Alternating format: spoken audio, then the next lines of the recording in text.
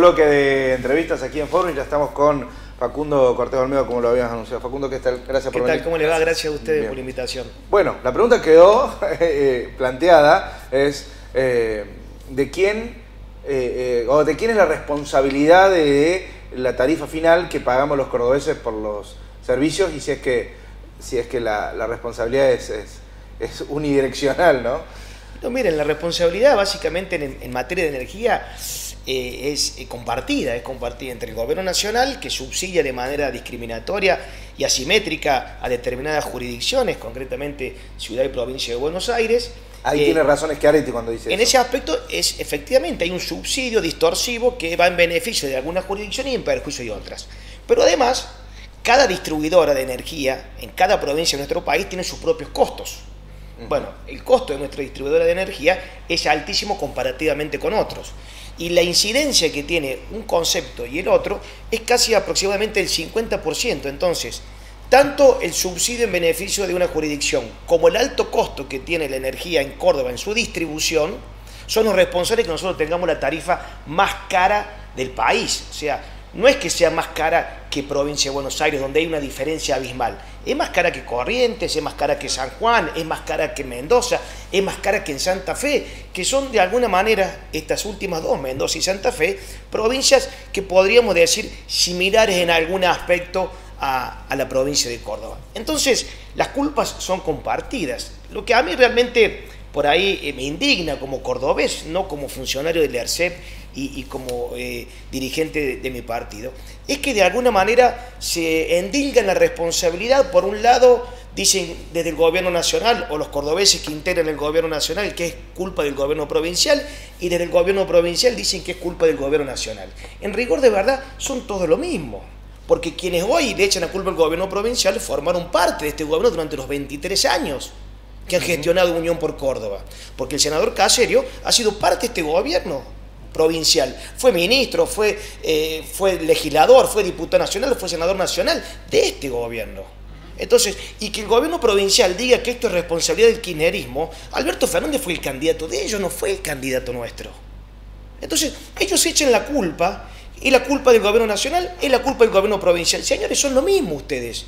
¿O acaso nosotros somos los que hicimos campaña por Alberto Fernández y por esta gestión del kirchnerismo? ¿No vino Alberto Fernández y estuvo reunida con la candidata a diputada nacional? ¿No estuvo reunido con funcionarios del gobierno de la provincia de Córdoba? ¿No hay acaso funcionarios del gobierno de la provincia de Córdoba que emigraron a la gestión nacional?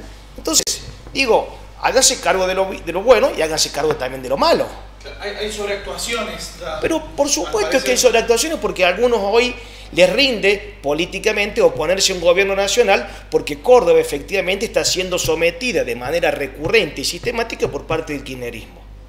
Tuvimos una pausa y un buen trato, porque hay que reconocerlo, durante los 4 años de la gestión de Cambiemos, porque esta es la verdad, se hizo obra pública, se reconocieron fondos que se le debían a la provincia, se mejoró la relación institucional, pero antes de eso y después de eso, Córdoba está sometida, y está sometida con la anuencia del propio peronismo de Córdoba, porque ellos son los que de alguna manera bajaron en su momento la lista de diputados nacionales para darle prioridad a la lista del kirchnerismo. Son ellos los que llevaron a Alberto Fernández como candidato, supuestamente que era el candidato moderado, que de alguna manera ponía el punto de equilibrio entre el kirchnerismo y el peronismo ortodoxo.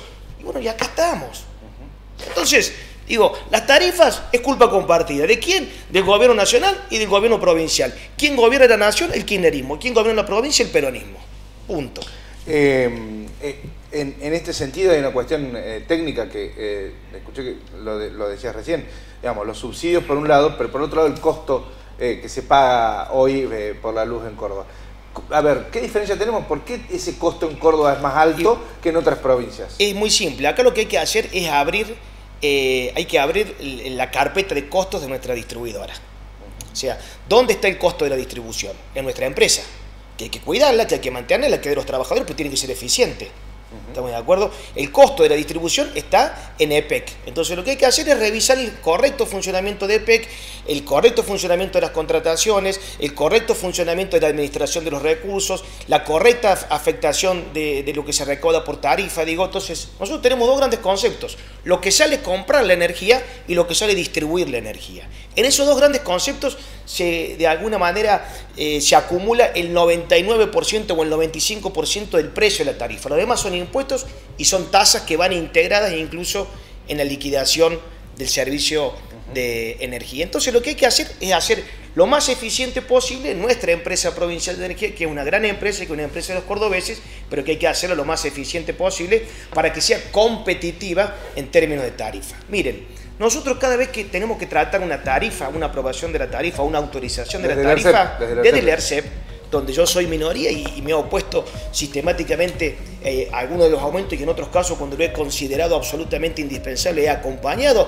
de manera razonable, pero digo, lo que se plantea siempre no es un cuadro tarifario, porque la tarifa como tal, como concepto de una prestación de un servicio público, implica no solamente un monto económico, sino eficiencia, calidad del servicio, accesibilidad en la prestación del servicio, entre otros de los conceptos. No es solamente el monto y lo que le hace falta a la empresa para poder cumplir con sus exigencias financieras. Entonces, a la hora de aprobar una tarifa, nunca se verifica si el servicio es eficiente o no es eficiente. Nunca se verifica si el servicio es bueno o es malo. Nunca se verifica si el servicio es accesible o no es accesible. Nunca se analiza la razonabilidad de la tarifa conforme a las posibilidades económicas del usuario. Claro. Estos son todos conceptos que integran la tarifa. Nosotros saben que aprobamos un cuadro financiero. Si a EPEC le hace falta X cantidad de millones para poder cubrir sus costos, hay que aumentar la tarifa, el porcentaje que sea necesario para llegar a esos... Esto pasa con Camino de la Sierra. Iba a decir exactamente lo mismo. Camino de la Sierra, Aguas Cordobesas, que en este caso nos toca a nosotros, pero digo para los cordobeses de la capital también. Exactamente lo mismo, digamos, son muy pocas veces las que se analizan en el marco del aumento de la tarifa estos conceptos que son esenciales a la tarifa como concepto de naturaleza jurídica propia de un servicio público. Bien, nos quedan pocos minutos, Facundo, 5 minutos precisamente, lo llevo al plano político. Usted es presidente del Congreso de la UCR a nivel provincial. Las PASO sirvieron de cierto ordenamiento dentro de la estructura de la UCR, digo, sobre todo de la UCR, claro. Prioridades, unificar criterios. Siempre las elecciones internas son ordenadoras, siempre. Aun cuando a veces uno no tenga a veces la intención, o la afinidad del ganador. No, claro. Exactamente, pero las internas son ordenadoras porque legitiman, claro, básicamente. Legitiman en un momento determinado, en una circunstancia determinada, a determinados referentes o dirigentes del partido. Entonces siempre la interna es sana en la medida que se haga dentro de la ley, con respeto, cumpliendo con las pautas orgánicas de nuestra Carta Orgánica o de la ley cuando se trata de una PASO como pasa en este caso, y teniendo claro de que el adversario político no está adentro, sino está eventualmente afuera, en el proyecto que pretende competir electoralmente con el que nosotros proponemos a la sociedad. En un momento claro, del radicalismo, hoy desde esta alianza Juntos por el Cambio, que creo que viene a amalgamar lo que es un nuevo proyecto político para el país. Y en ese caso te pregunto, Facundo, por las figuras del radicalismo, digo, hasta hace no mucho tiempo, parecía que la disputa ahí Negri y Mestre eran los que conducían el partido entre los dos. Hoy llegan figuras como la de Loredo, hubo quizá otros que estuvieron allí también en disputa, que parecen pasar a una nueva, llevar al el propio Carazo, ¿no? A ver, lo mejor que nos puede pasar como partido es permanentemente renovar y ampliar nuestra base dirigencial. Mestre es un dirigente provincial que ha tenido y que ha ocupado las responsabilidades máximas de nuestra ciudad y de nuestra provincia, ha sido senador, ha sido intendente y sigue siendo un referente ineludible de nuestro partido. Mario Negri tiene una experiencia y tiene un recorrido político que no se puede ver bajo ningún punto de vista. La aparición de Rodrigo y de muchos otros dirigentes más nos permiten a nosotros darle una oferta a los cordobeses que es amplia y que les da la posibilidad de elegir entre distintos referentes con distinto perfil cuál es con el que se sienten más identificados. Y en esto no hay que dramatizar. Creo que es enriquecedor, creo que es ordenador, creo que también tiene que ver con la foto del momento y las circunstancias. Y a mí me parece que esto es muy sano para la política.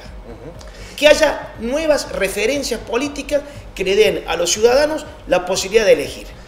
Y una cosa que no quiero dejar pasar por alto, creo, te voy a hacer una apreciación personal, decime si la compartís, creo que muchos radicales se vieron inclinados a votar a la lista de Loredo porque no había habido una injerencia nacional en la conformación de la lista, como sí la había habido en la otra, en la que Gustavo Santos fue puesto prácticamente por el PRO a nivel nacional. Digo. Entonces, creo que el radical, eso todavía le sigue haciendo ruido de las elecciones anteriores. Sí, miren, el radical de Córdoba es un radical muy apegado, digamos, a la doctrina del partido, la identidad del partido. Siempre ha sido, de alguna manera, un estandarte de la unidad y, de alguna manera, y de la identidad partidaria. Ha habido un sinnúmero de concausas, podríamos llamarle, que llevaron a votar una propuesta y no otra, ¿no? Lo que sí les puedo decir es de que de nuestro espacio, digamos, del propio Ramón y todo lo que integran este espacio, hicieron un esfuerzo enorme para tratar de tener una lista de unidad con radicales.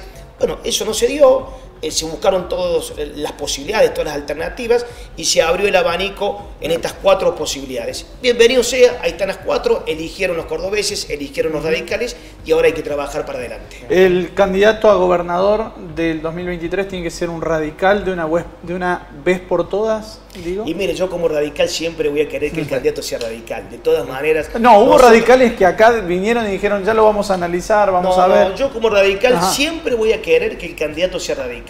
Ahora, esto no implica que frente a las circunstancias políticas que nos tengamos en el 2023, no tengamos que tener una mirada superadora aún frente a nuestras propias, digamos, inquietudes o anhelos políticos. Usted me pregunta a mí como radical, quiero un radical, pero hay que ver cómo se termina conformando el proyecto, digamos, provincial de cara al 2023. Bien. Facundo, muchísimas gracias. Gracias a ustedes. Gracias por venir. Bien, damos por finalizada la emisión de hoy de Fórum. Nos estaremos encontrando, Andy, el martes que viene. Martes que viene, aquí estaremos 20 horas en vivo. Agradecemos el trabajo, la tarea de Sofía Pérez y también de nuestro compañero Juan Alberto Pereira. Sí. Y el saludo, por supuesto, a Coti Painer, que no está en estos días, estas vacaciones. Así que gracias por merecida, más que merecida, por supuesto. Chau, hasta el martes que viene. Adiós. Gracias.